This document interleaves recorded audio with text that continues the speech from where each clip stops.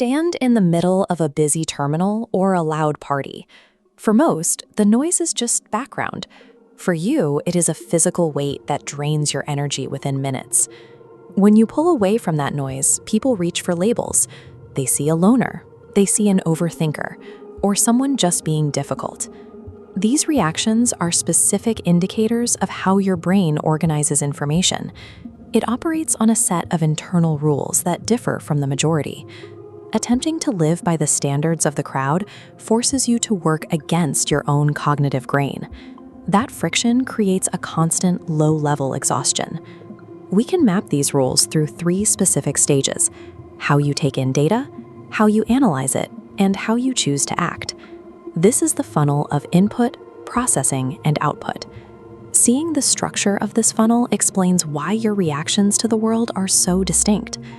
The first stage, input, is how your mind scans the environment and pulls in raw information. For some, this intake is hypersensitive. You notice subtle shifts in tone or contradictions in body language that others miss. You are separating genuine intent from a front. Because this filter is always on, crowded spaces become a bombardment. You are trying to sort through 1,000 signals at once, which quickly leads to a state of overload. Solitude provides the low-noise environment required to actually sort through these signals. Without that quiet, the data points pile up until your concentration breaks. While an average mind might skim the surface of a conversation and feel energized, your mind is looking for the data beneath the surface. This need for quiet is a biological requirement. It ensures you have the bandwidth to manage the information you've gathered. Information now moves to the second stage, processing. This is where your brain analyzes what it has collected. You loop through the why and how of a situation, looking for the underlying logic rather than accepting the first answer you find. This deep-level analysis is often mistaken for overthinking. To an observer, it looks like you are stuck. To you, you are verifying the facts. This thoroughness makes it difficult to follow mainstream trends. When you process information this deeply, you notice when a trend lacks substance or logic. Your interest is driven by a specific internal curiosity. If a topic doesn't meet your criteria for being useful or interesting, your brain refuses to dedicate energy to it. This stage acts as a quality check. It ensures that an idea is structurally sound before you accept it as true.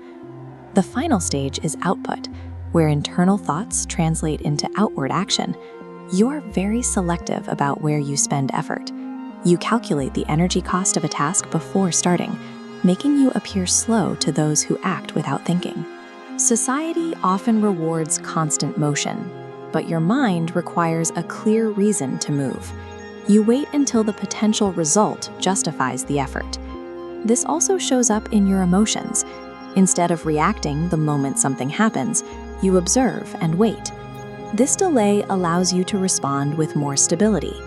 You are making a choice based on the data you processed, rather than a reflex. This selective output is a form of discipline.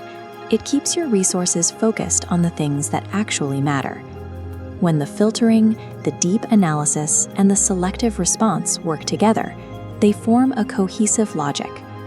Feeling out of sync with the world is often the result of this specific cognitive loop meeting a loud and chaotic environment.